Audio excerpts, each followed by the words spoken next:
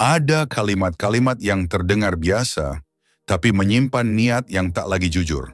Kata-kata yang dulu terasa hangat, kini terasa dingin, asing dan berjarak. Dan saat itu terjadi, kamu tahu, ada sesuatu yang berubah. Selamat datang di arah baru.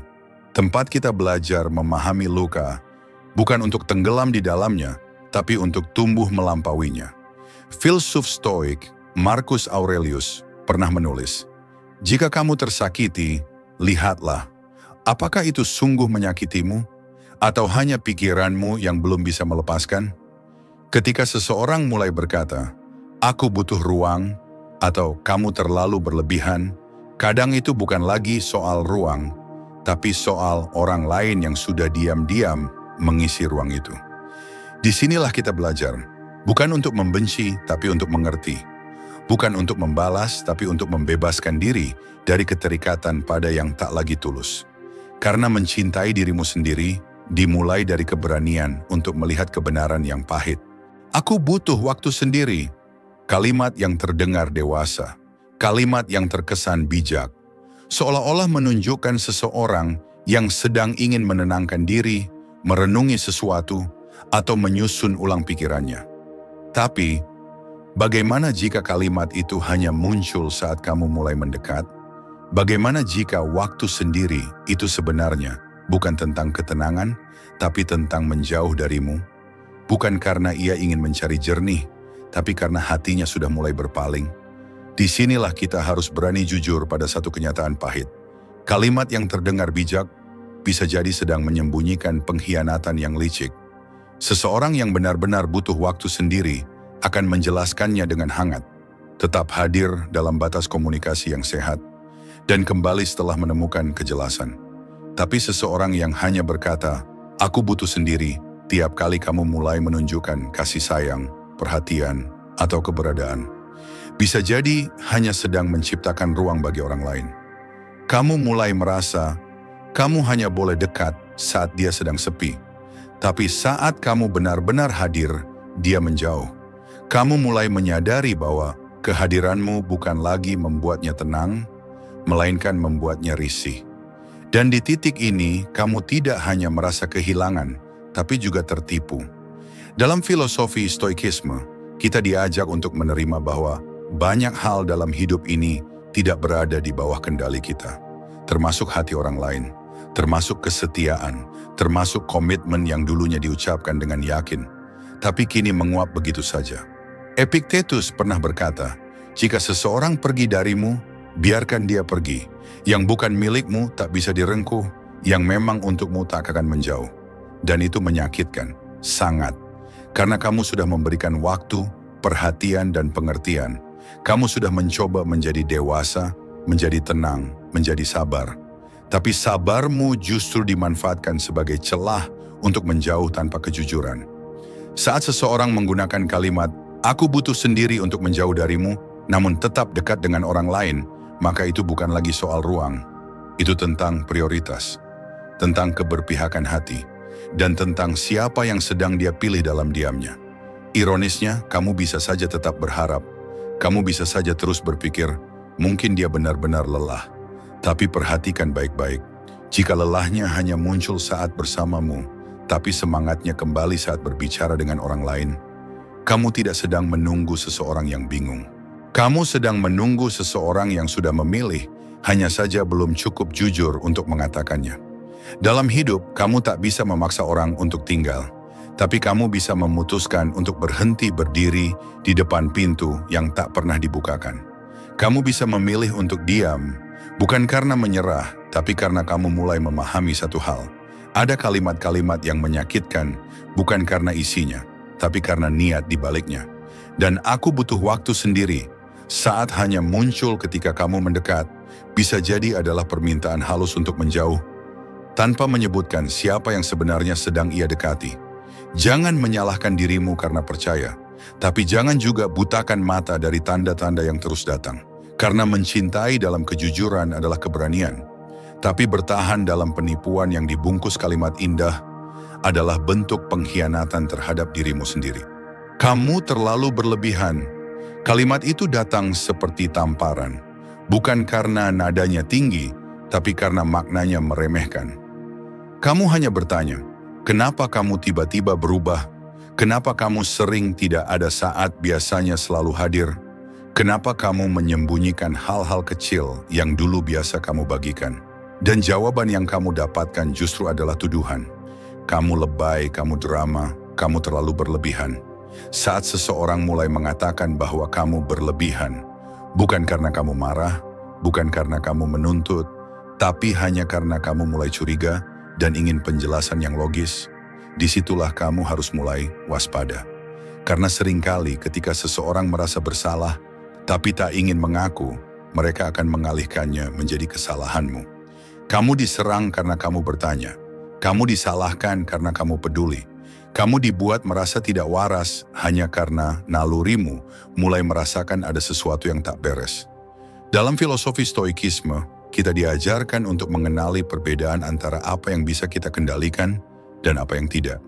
Tapi kita juga diajarkan untuk berani melihat kenyataan, seburuk apapun bentuknya. Filsuf Stoik Seneca pernah mengatakan, kebenaran tidak menyakiti orang yang bersih hati, hanya yang menyimpan sesuatu yang takut terhadap terang. Jadi saat kamu bertanya, dan reaksinya adalah kemarahan, saat kamu mencoba membuka percakapan, tapi dibalas dengan ejekan atau penghindaran, itu bukan kamu yang berlebihan. Itu mereka yang mulai merasa terganggu dengan kejujuran. Karena orang yang tidak menyembunyikan apapun, tidak akan takut ditanya apapun. Berlebihan adalah label yang sering digunakan untuk menutup mulut mereka yang sedang berpikir. Dan sayangnya, dalam banyak hubungan, ini menjadi strategi halus untuk mengontrol dan melemahkan kepercayaan diri pasangan. Kamu akan mulai mempertanyakan dirimu sendiri. Apakah aku memang terlalu curiga? Apakah aku terlalu sensitif? Apakah aku menyulitkan dia dengan pertanyaanku? Tapi tenanglah sejenak, tarik napas, dan lihat baik-baik. Apakah pertanyaanmu benar-benar tidak masuk akal? Atau justru sangat masuk akal tapi dia tidak siap menjawabnya? Kecurigaan yang muncul dari perubahan sikap itu wajar. Khawatir karena ada yang terasa berbeda, itu manusiawi. Dan meminta klarifikasi dalam hubungan adalah hak. Bukan kelemahan, bukan tanda posesif, bukan bentuk drama. Kamu bukan berlebihan, kamu sedang mencoba menjaga sesuatu yang bernama kepercayaan. Sayangnya, saat kepercayaan itu mulai goyah di satu sisi lain yang masih ingin bertahan justru disalahkan. Kamu diposisikan sebagai masalah, hanya agar dia tak perlu menjelaskan sumber masalah yang sebenarnya. Ini adalah bentuk halus dari gaslighting.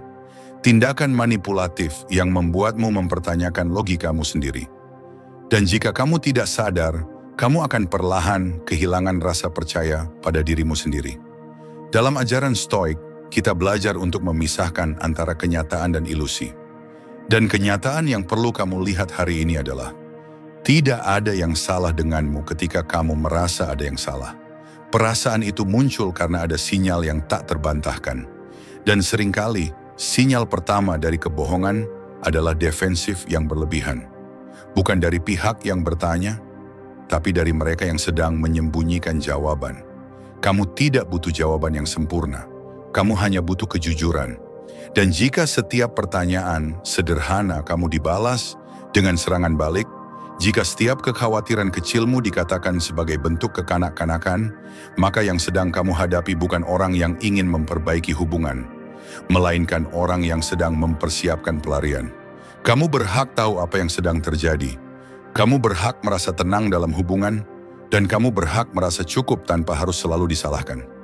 Karena hubungan yang sehat tidak akan membuatmu mempertanyakan dirimu sendiri setiap kali kamu merasa ada yang salah.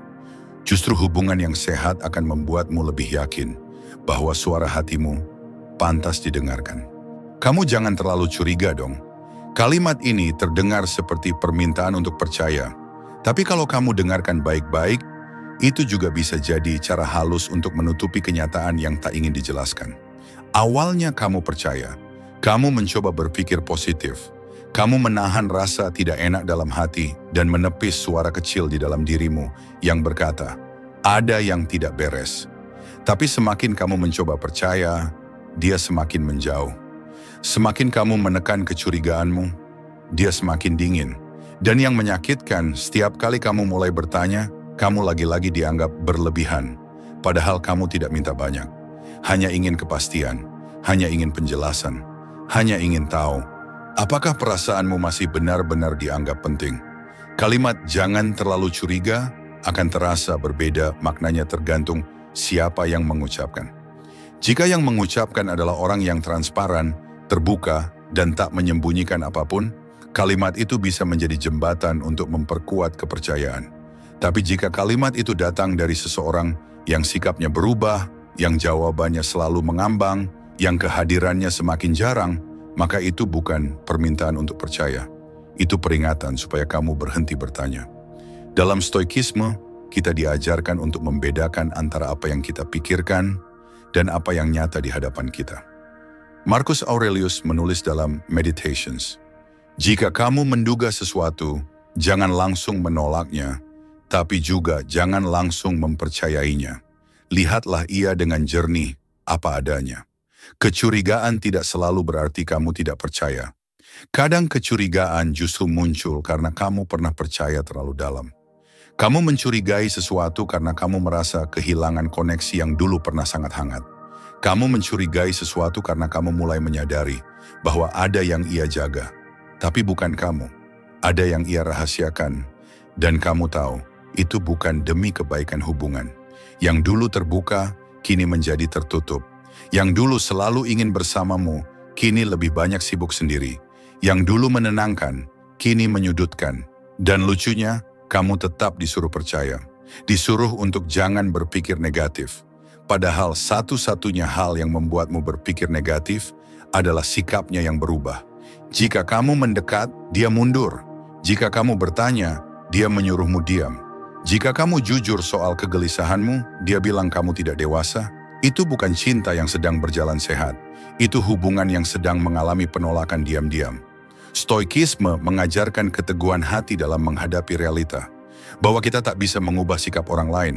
Tapi kita bisa memilih apakah kita tetap ingin bertahan dalam ketidakpastian yang menyakitkan atau berani melepaskan demi kewarasan diri sendiri. Kamu tidak sedang terlalu curiga. Kamu sedang mencoba melindungi hati yang pernah terlalu terbuka. Dan kamu tahu, kecurigaan itu bukan datang tiba-tiba. Ia tumbuh dari perubahan kecil yang kamu amati setiap hari. Dari nada bicara yang tak lagi hangat. Dari pesan yang dibalas lama. Dari rutinitas yang tiba-tiba tak bisa dijelaskan. Dari kebohongan kecil yang akhirnya terlihat nyata. Kamu tidak gila, kamu peka. Dan kepekaan bukan kelemahan.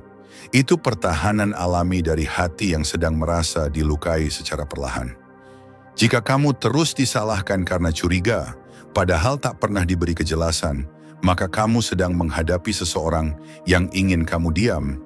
Bukan agar damai, tapi agar dia bisa berbohong tanpa terganggu. Hubungan seharusnya membawa ketenangan. Jika semakin lama kamu di dalamnya, semakin banyak tanya dan luka, maka kamu tidak sedang terlalu curiga. Kamu sedang terlalu bertahan, dan pada akhirnya kamu harus memilih. Tetap tinggal demi seseorang yang meminta kepercayaan tapi tak memberi alasan, atau pergi demi menyelamatkan dirimu dari kehancuran yang datang perlahan. Karena percaya itu bukan kewajiban, itu hak yang hanya diberikan kepada mereka yang layak. Dan ketika seseorang memintamu percaya sambil terus menjauh, maka kamu tahu yang harus kamu percaya sepenuhnya saat ini bukan dia, tetapi suara hatimu sendiri. Aku lagi banyak masalah, bukan kamu. Kalimat ini terdengar seperti bentuk kejujuran, terlihat seperti seseorang yang sedang terbuka, sedang berjuang dengan dunianya sendiri. Tapi kenyataan tak selalu seindah kata-kata. Karena seringkali kalimat itu digunakan bukan untuk menjelaskan, tapi untuk menghilang, bukan untuk membuka ruang komunikasi, tapi untuk menutup pintu kedekatan secara perlahan. Dan celakanya, kamu hanya bisa diam. Karena kamu tidak ingin terlihat memaksa, tidak ingin dianggap tidak pengertian. Jadi kamu mundur sedikit, kamu memberi ruang, kamu menahan semua kekhawatiran dalam diam, berharap ia akan kembali saat sudah tenang. Tapi yang terjadi, ia tidak kembali. Ia justru lebih aktif, hanya bukan bersamamu. Ia lebih terbuka, hanya bukan padamu. Ia lebih ceria, tapi dengan orang lain. Lalu kamu mulai bertanya dalam hati, jika dia memang sedang banyak masalah, Kenapa hanya aku yang dijauhi? Kenapa hanya aku yang tidak lagi jadi tempat pulangnya? Inilah sisi paling menyakitkan dari kalimat itu. Kamu dipinggirkan dengan alasan masalah pribadi, padahal yang sebenarnya terjadi adalah perpindahan prioritas. Perhatian tidak pernah benar-benar hilang, ia hanya berpindah arah. Dan sayangnya, kamu bukan lagi tujuan akhirnya. Dalam ajaran stoikisme, kita diajak untuk menghadapi realitas seperti apa adanya, tanpa bumbu ilusi, tanpa dibungkus harapan kosong. Marcus Aurelius menulis, "Lihatlah segala sesuatu sebagaimana adanya, bukan sebagaimana kamu ingin melihatnya." Maka hari ini kamu perlu jujur pada satu hal. Jika seseorang benar-benar sedang dalam masalah dan masih mencintaimu, ia tidak akan menghilang. Ia justru akan ingin kamu tetap ada. Karena cinta tidak menjauh saat diuji, cinta mendekat, cinta berpegangan, cinta tidak mengganti. Ketika seseorang berkata, "Aku sedang banyak masalah," tapi bisa tersenyum di tempat lain, tertawa di ruang lain, dan membagikan cerita di luar kamu, maka kamu harus berani menanyakan sesuatu yang berat. Apakah aku benar-benar dikeluarkan karena dia ingin menenangkan diri? Atau karena ia sudah menemukan tempat lain untuk merasa tenang? Kamu tidak egois karena ingin tahu. Kamu tidak posesif karena merasa kehilangan. Itu adalah bentuk kewajaran dalam hubungan manusia yang saling mengikat hati. Yang tidak wajar adalah menggunakan kesulitan pribadi sebagai tameng untuk menjauh secara sepihak, tanpa memberi kejelasan, tanpa memberi ruang komunikasi, lalu berharap kamu tetap setia dalam kebingungan. Ini bukan tentang kamu tidak cukup sabar, ini tentang dia yang tak cukup jujur. Kamu bukan pelarian, kamu adalah pasangan, dan ketika seseorang hanya mengingatmu saat terluka, lalu melupakanmu saat sedang nyaman di tempat lain, maka yang ia butuhkan bukan kamu, tapi pelampiasan. Stoikisme mengajarkan kita untuk tetap tenang di tengah ketidakpastian, tapi bukan untuk dibiarkan terjebak dalam kebohongan yang dibungkus alasan masalah pribadi. Kamu bisa hadir, tapi kamu tidak wajib bertahan dalam ketidakjelasan. Kamu boleh sabar, tapi kamu tidak harus rela menunggu seseorang yang bahkan tidak menoleh ke arahmu lagi. Dan kamu harus ingat, cinta yang dewasa tidak akan menyembunyikanmu dari hidupnya. Bahkan di masa-masa sulit, ia akan tetap menunjukkan arah. Sekecil apapun ruangnya, ia akan mengusahakan tempat untukmu. Jadi, jika hari ini kamu merasa disingkirkan dengan alasan yang terdengar indah tapi tak konsisten, dengan janji bahwa ini bukan salahmu, tapi tanpa penjelasan apapun, maka kamu tidak sedang diminta untuk menunggu. Kamu sedang dibungkam agar tidak mengganggu. Dan pada titik tertentu, diam bukan lagi tanda pengertian, tapi tanda bahwa kamu sedang mengabaikan suara hatimu sendiri. Jangan terus-menerus menyalahkan diri hanya karena ingin dipahami. Dan jangan terus menunggu seseorang yang jelas-jelas sedang memilih untuk tidak menemuimu lagi. Karena cinta tidak akan memintamu menunggu di luar saat ia sendiri sudah berpindah ke dalam ruang yang bukan untukmu. Kenapa sih kamu nggak percaya? Kalimat ini terdengar seperti bentuk kekecewaan. Seolah-olah kamu yang terlalu curiga, kamu yang terlalu negatif, kamu yang tidak bisa menjaga kepercayaan. Tapi yang sering dilupakan oleh mereka yang melontarkan kalimat ini adalah satu hal penting. Kepercayaan bukan diberikan secara buta. Ia tumbuh dari transparansi. Jika kamu tidak lagi percaya, mungkin bukan karena kamu berubah, tapi karena dia yang tidak lagi terbuka. Percaya adalah hal yang besar. Ia seperti jembatan yang dibangun perlahan. Ia tidak datang dalam semalam. Ia butuh kejujuran, konsistensi, dan komunikasi yang jernih. Tapi ketika seseorang mulai mengunci dirinya, menyembunyikan hal-hal kecil, menutupi jejak, mengganti password, menghindari pertanyaan sederhana, atau memberi jawaban samar-samar, maka retak pertama dalam jembatan itu mulai muncul. Dan saat kamu menanyakan itu, kamu dianggap tidak percaya. Padahal justru karena kamu masih peduli, kamu bertanya.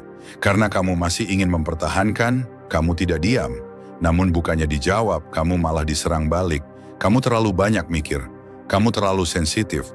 Kamu kayak nggak kenal aku aja. Tapi faktanya memang kamu sudah tidak mengenalnya lagi. Bukan karena kamu lupa, tapi karena dia tak lagi menunjukkan siapa dirinya. Dalam stoikisme, kepercayaan bukan sekadar urusan perasaan, tapi soal realita dan logika. Epictetus berkata, "Jangan tempatkan harapan pada hal-hal yang tidak bisa kamu kontrol, tapi lihat kenyataan sebagaimana adanya."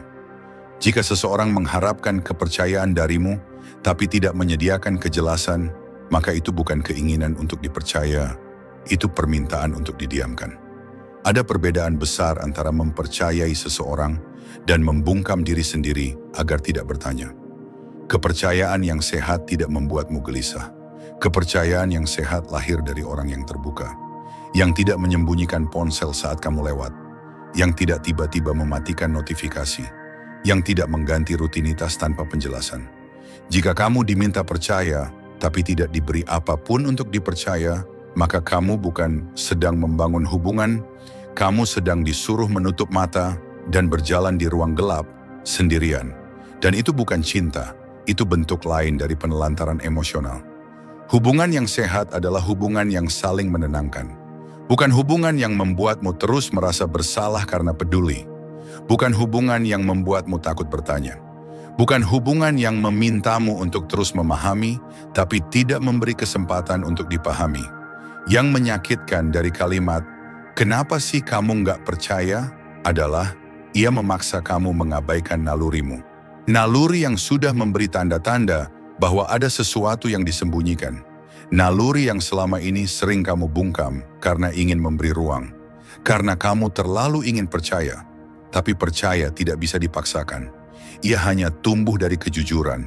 Dan jika setiap kali kamu mencoba membangun kepercayaan, kamu justru dituduh tidak waras, tidak setia, atau tidak dewasa, maka hubungan itu sudah bergeser dari saling menjaga menjadi saling menyakiti. Stoikisme mengajarkan bahwa kedamaian berasal dari melihat kenyataan, bukan dari membohongi diri sendiri. Jika kamu merasa tidak tenang, jika kamu terus merasa ada yang disembunyikan, itu bukan perasaan yang harus ditekan, itu suara hati yang harus didengarkan. Bukan kamu yang tidak percaya, tapi dia yang tidak lagi bisa dipercaya, karena terus menciptakan kabut. Kabut itu membingungkan, dan saat kamu mencari arah, kamu justru disalahkan. Ingatlah, kepercayaan adalah tanggung jawab bersama, bukan beban sepihak yang hanya kamu pikul. Jika seseorang meminta kepercayaanmu, maka dia juga harus siap menjadi cermin yang jernih, karena kamu tidak bisa melihat ketulusan dari balik dinding yang buram. Jadi jika hari ini kamu terus merasa bersalah karena tidak percaya, padahal hatimu terus menangis karena ketidakterbukaan, maka mungkin bukan kamu yang salah. Mungkin kamu hanya sedang terlalu jujur pada apa yang kamu rasa. Dan dia terlalu pandai menyembunyikan apa yang tak ingin kamu tahu. Kamu harusnya percaya sama aku. Kalimat ini terdengar tegas. Terdengar seolah kamu yang salah karena mulai ragu. Seolah kepercayaan adalah hal yang harus diberikan, tak peduli bagaimana perubahan yang kamu lihat atau bagaimana kekecewaan yang mulai kamu rasakan. Padahal, kepercayaan itu tidak datang dari tekanan. Ia lahir dari konsistensi, dari ketulusan yang berulang, dari kebaikan yang tidak berubah-ubah. Dan ketika seseorang memintamu percaya padanya, tapi tak lagi menunjukkan siapa dirinya yang dulu kamu kenal, maka kepercayaan itu kehilangan tempat untuk tumbuh. Kamu bukan tidak ingin percaya. Kamu hanya sedang bingung. Bagaimana bisa percaya pada seseorang yang kini terasa asing, meski namanya masih sama, suaranya masih sama, tapi sorot matanya sudah tidak kamu kenali lagi. Orang yang dulu kamu cintai, yang dulu bisa kamu baca tanpa perlu bertanya, sekarang seperti seseorang yang hidup dalam kabut, seseorang yang hanya memperlihatkan sebagian kecil dari dirinya dan menyembunyikan sisanya di tempat yang kamu tidak tahu. Kepercayaan pada akhirnya bukan hanya tentang apa yang dikatakan, tapi tentang siapa yang mengatakannya. Dan jika dia bukan lagi orang yang sama, kalimat itu pun kehilangan bobotnya. Kamu harusnya percaya, itu bukan kalimat bijak, itu kalimat yang sering digunakan sebagai tameng, untuk menutup ruang tanya, untuk mendorongmu menerima segala kebingungan tanpa kejelasan, dan untuk membungkam naluri yang mulai berkata, ada sesuatu yang tidak beres. Dalam stoikisme, Kita diajarkan untuk tidak hanya mempercayai kata-kata, tapi mengamati tindakan. Epictetus berkata, "Jangan nilai seseorang dari apa yang dia katakan tentang dirinya, tapi dari apa yang dia lakukan secara terus-menerus.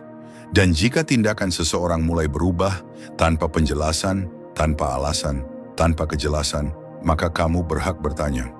Dan jika pertanyaanmu dibalas dengan tekanan, dengan kalimat seperti, 'Kamu harusnya percaya sama aku,' maka itu bukan permintaan akan kepercayaan. Itu bentuk dominasi emosional yang halus. Kamu pernah melihatnya tersenyum jujur, pernah mendengarnya tertawa lepas, pernah menyaksikan bagaimana ia berbagi cerita tanpa takut dihakimi. Tapi kini semuanya berubah. Ia lebih banyak diam, atau jika berbicara, hanya tentang hal-hal yang tidak menyentuh hati. Kamu tidak lagi tahu apa yang membuatnya bahagia, atau siapa yang kini menjadi tempat ia berbagi. Dan ketika kamu mengungkapkan keresahan itu, dia menegurmu dengan satu kalimat, 'Kamu harusnya percaya sama aku.' Tapi, siapa yang sedang kamu percaya? Orang yang dulu atau orang yang sekarang? Karena keduanya terasa seperti dua sosok yang berbeda. Ketika seseorang berubah dan tidak memberi ruang bagimu untuk memahami perubahannya, maka kamu hanya diminta percaya pada sesuatu yang bahkan tidak lagi kamu kenali. Dan itu bukan cinta, itu permintaan untuk tunduk tanpa pemahaman. Kamu bisa memahami perubahan, kamu bisa menerima proses, tapi kamu juga berhak tahu kemana arah hubungan ini berjalan.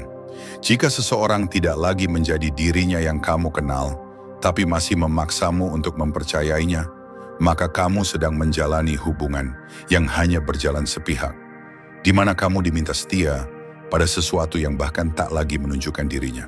Stoikisme mengajarkan kita untuk tidak menggantungkan kedamaian hati pada hal-hal yang tidak bisa kita kontrol. Tapi ia juga mengajarkan keberanian untuk berkata jujur pada diri sendiri. Kamu berhak melepaskan ketika hubungan hanya membuatmu terus menerka-nerka. Jika kepercayaan itu terus dipaksa, tapi kamu tak lagi menemukan alasan untuk memberikannya, maka itu bukan karena kamu tidak mencintai, tapi karena kamu mencintai dengan cara yang jujur, cinta yang butuh keterbukaan, cinta yang butuh kejelasan, cinta yang tidak bisa tumbuh dalam ketidakpastian.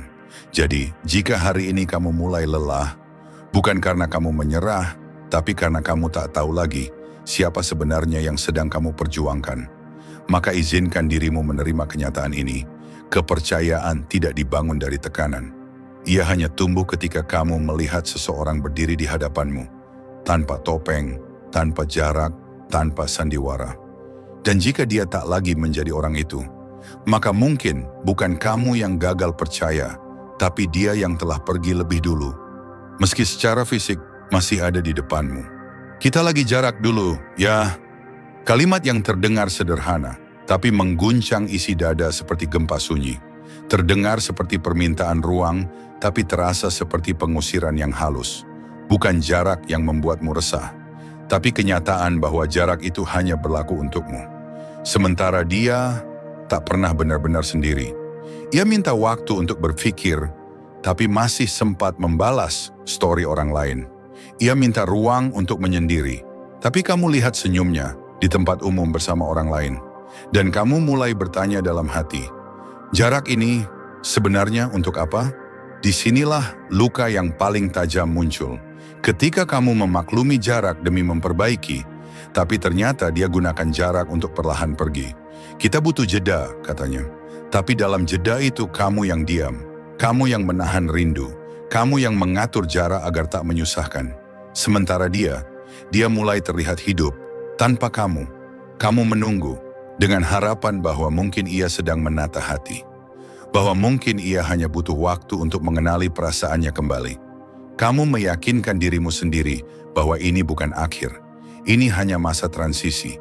Tapi semakin hari, kamu bukan merasa didekati. Kamu justru merasa digantikan, karena dia tak lagi mencarimu, tak lagi bertanya kabar, tak lagi menunjukkan tanda bahwa kamu masih ada dalam prioritasnya.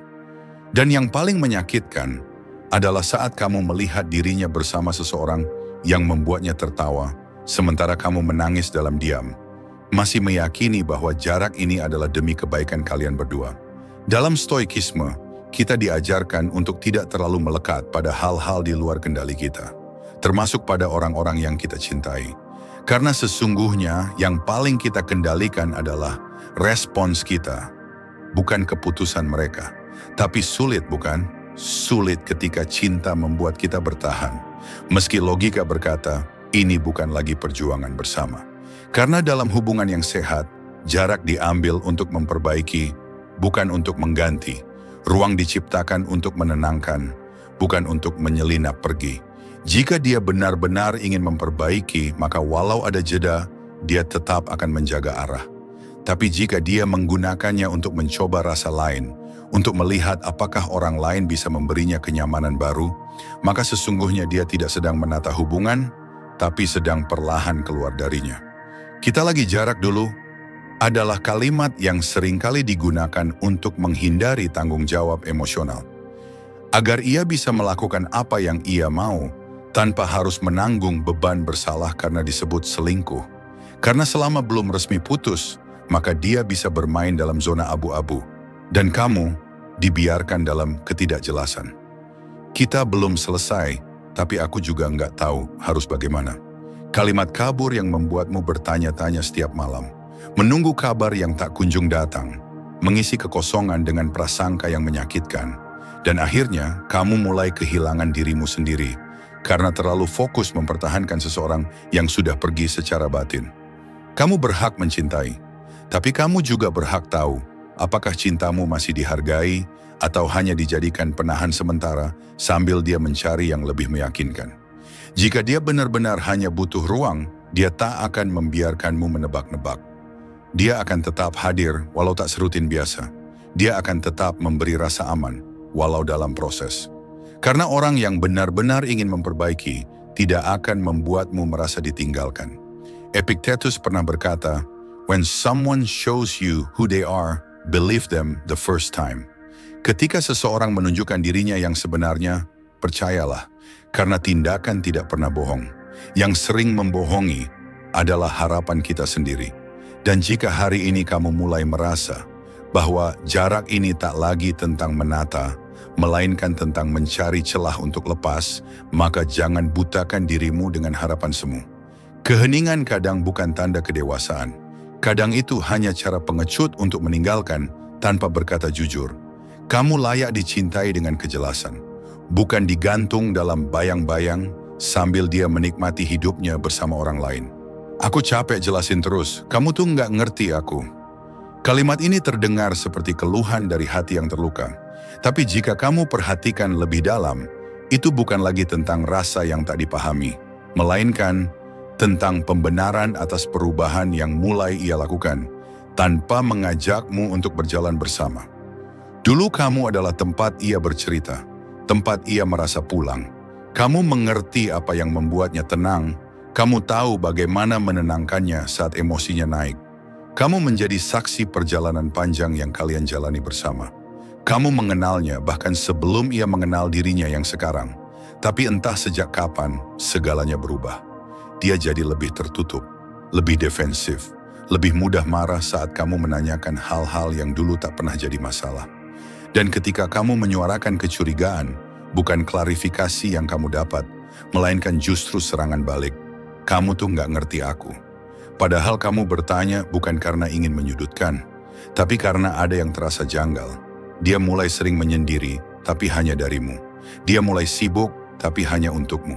Dan kamu merasakan sesuatu yang tak biasa, seperti ada sesuatu yang disembunyikan, yang tak bisa dijelaskan, tapi jelas terasa. Kalimat "kamu nggak ngerti aku" seringkali digunakan bukan sebagai permintaan untuk dipahami, tapi sebagai tameng, agar ia bisa bergerak bebas tanpa harus menjelaskan kemana perginya keterbukaan yang dulu kalian bangun bersama. Dalam stoikisme, ada satu prinsip penting. Kita tidak terganggu oleh apa yang terjadi, tapi oleh pandangan kita terhadap apa yang terjadi. Kamu tak terganggu hanya karena dia berkata begitu, tapi karena kamu mulai melihat bahwa dirinya yang sekarang bukan lagi dirinya yang dulu kamu kenal. Dan kamu bertanya-tanya, apakah ini hanya fase atau dia memang sudah bukan untukmu lagi? Hubungan yang sehat dibangun di atas keterbukaan, bukan benteng emosi. Jika kamu mulai curiga dan menyampaikan kegelisahanmu dengan cara baik, dan ia membalasnya dengan menyudutkan perasaanmu, maka yang sedang ia lindungi mungkin bukan dirinya, tapi kebohongannya.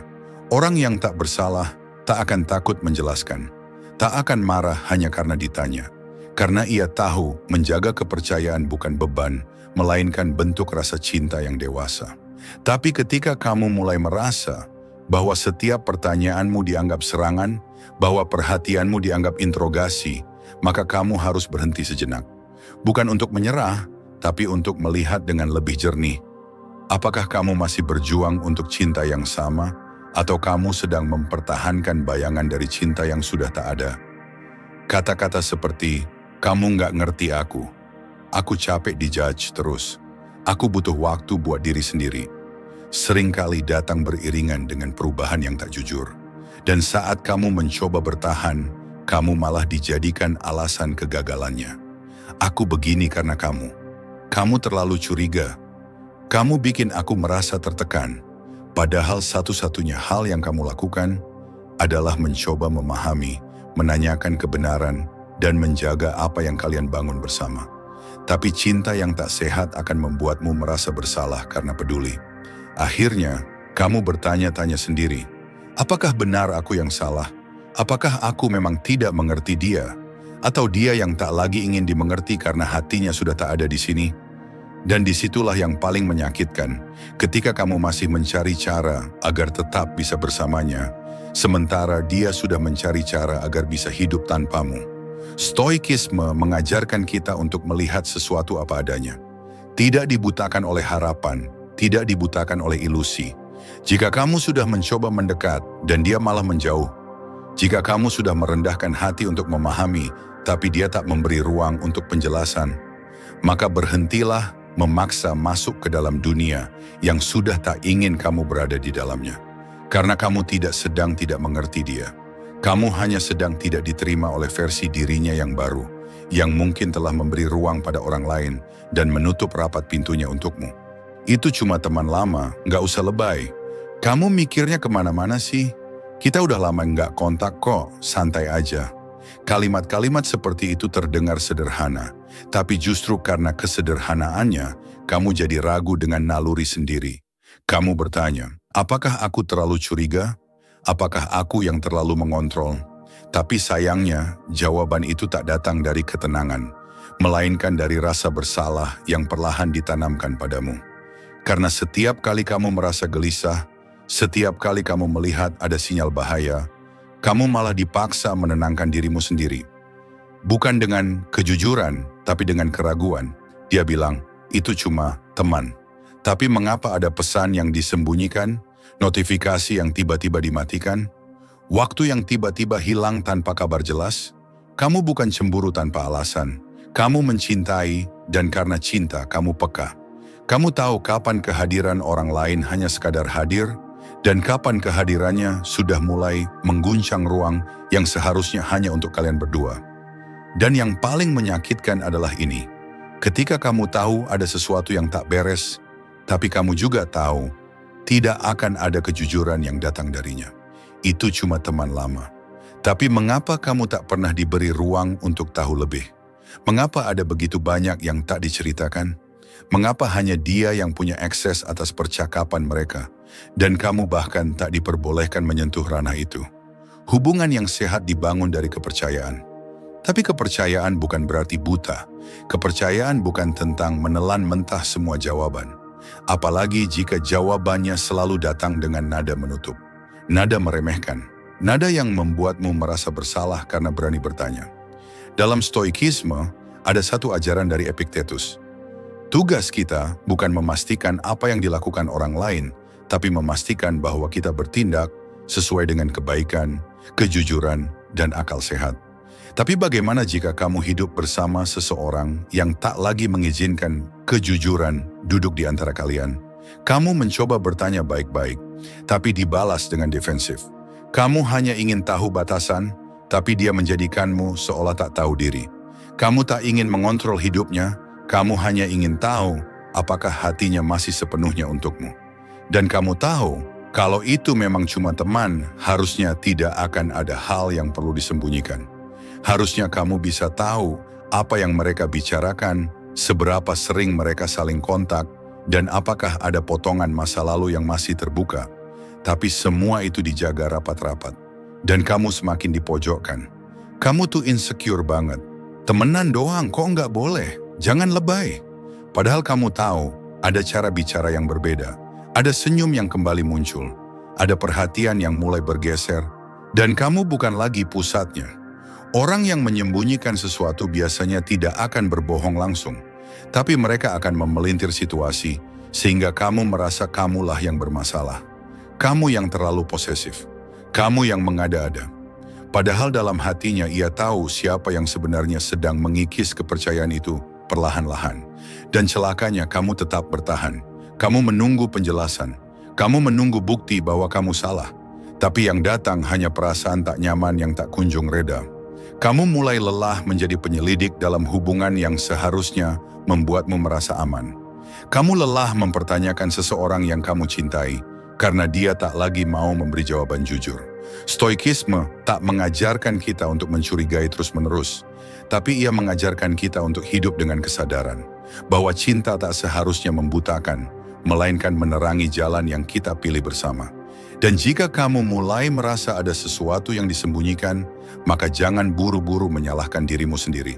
Karena kadang rasa curiga muncul bukan dari luka masa lalu, tapi dari sinyal yang benar-benar sedang dikirim oleh semesta, bahwa seseorang sudah tidak jujur lagi padamu.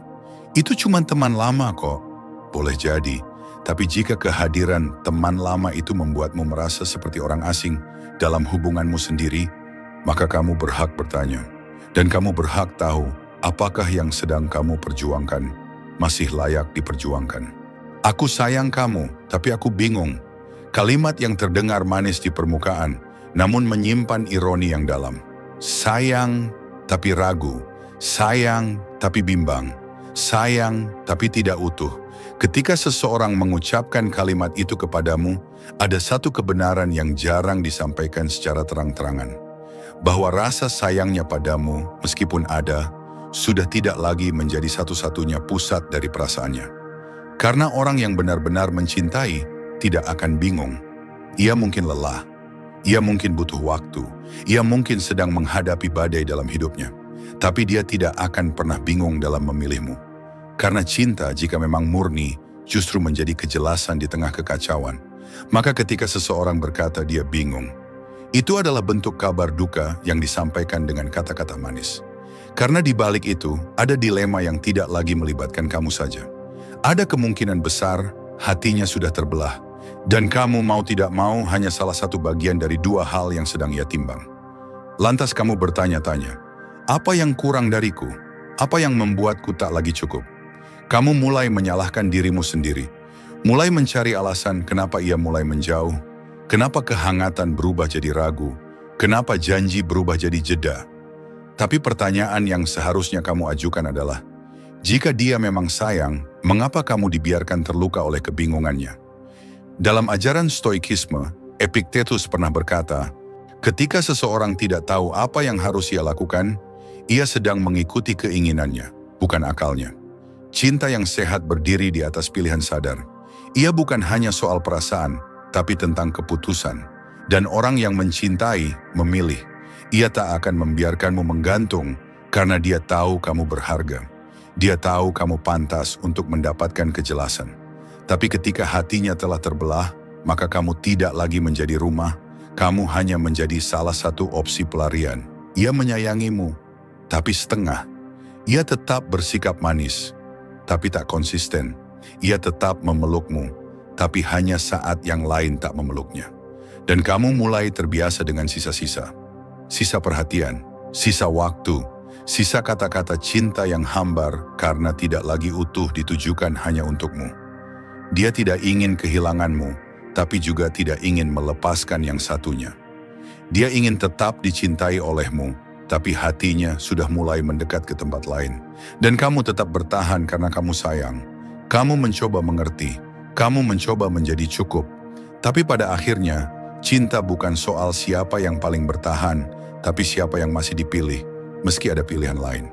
Jika kamu berada dalam hubungan seperti ini, di mana kamu dicintai setengah-setengah, di mana kamu dijaga karena kasihan, bukan karena kemauan, maka kamu sedang kehilangan dirimu sedikit demi sedikit. Cinta yang benar bukanlah cinta yang membuatmu bingung. Cinta yang benar membuatmu tenang, meskipun dunia sedang tidak bersahabat. Marcus Aurelius pernah menulis, apapun yang tidak berasal dari dirimu, jangan kamu jadikan pusat kebahagiaanmu. Jika cintanya tak lagi utuh, jangan menjadikan kebimbangannya sebagai penjara batinmu. Jika dia bingung, biarlah itu menjadi beban pikirannya, bukan luka yang kamu tanggung sendirian. Kamu berhak atas seseorang yang tidak ragu padamu. Seseorang yang tidak akan berkata, "Aku sayang kamu," tapi karena cinta yang tulus tidak datang bersama keraguan. Dan kamu juga berhak melepaskan ketika hatinya sudah tak bisa lagi menetap. Kadang cinta tak berakhir dengan perpisahan dramatis. Kadang cinta berakhir dengan kalimat yang terdengar manis, tapi menusuk seperti duri. "Aku sayang kamu, tapi aku bingung." Jika kamu sudah mendengarnya, maka jangan abaikan getaran kecil di hatimu. Mungkin itu bukan hanya rasa takut, tapi pertanda bahwa kamu layak mendapatkan cinta yang lebih jujur, lebih utuh, lebih tegas, dan lebih memilihmu tanpa ragu. Setiap kata yang diucapkan dalam hubungan bukan hanya sekadar bunyi, tapi cermin dari niat, cermin dari arah perasaan. Dan 10 kalimat yang sudah kita bahas hari ini, mulai dari "aku butuh waktu sendiri" hingga "aku sayang kamu, tapi aku bingung", adalah tanda-tanda kecil yang sering kita abaikan, karena kita terlalu sibuk mencintai hingga lupa untuk berpikir jernih. Terkadang, kita memilih untuk percaya, bukan karena kata-katanya masuk akal, tapi karena kita takut menghadapi kenyataan bahwa cinta itu bisa berubah. Bahwa orang yang dulu memeluk erat, kini sedang mencari kehangatan di tempat lain. Dan kita memilih diam, berharap semuanya kembali seperti dulu. Tapi hidup bukan soal berharap orang berubah. Hidup adalah soal bagaimana kita belajar menghormati diri sendiri saat orang lain tidak lagi melakukannya. Jika kamu merasa dicintai setengah hati, jika kamu terus diberi janji tanpa bukti, dan jika kata-katanya membuatmu makin gelisah daripada tenang, maka mungkin sudah waktunya kamu tidak hanya mencintai dia, tapi juga mencintai dirimu sendiri lebih dulu. Karena dalam filosofi stoikisme, kita diajarkan untuk membedakan apa yang bisa kita kendalikan dan apa yang harus kita lepaskan. Kamu tidak bisa mengendalikan kesetiaan orang lain, tapi kamu bisa mengendalikan pilihanmu untuk tidak tinggal di tempat yang membuatmu merasa tak dihargai. Jika monolog ini menyentuh bagian dari dirimu yang terluka atau membuka kesadaran yang selama ini kamu abaikan, maka arah baru adalah ruang untukmu kembali menata diri dengan jernih, dewasa, dan tegar. Di channel ini kita tidak menjual harapan palsu. Kita belajar bersama tentang cinta yang matang, tentang ketenangan di tengah luka, dan tentang berdiri lagi, bahkan setelah dikhianati. Silakan subscribe, karena di setiap videonya, kamu akan menemukan cermin. Cermin untuk melihat lebih dalam ke dalam dirimu sendiri. Dan arah baru yang bisa kamu pilih ketika kamu akhirnya siap untuk meninggalkan apa yang tidak lagi menghargaimu. Sampai jumpa di monolog selanjutnya. Jaga dirimu, dan jangan takut untuk memilih dirimu sendiri.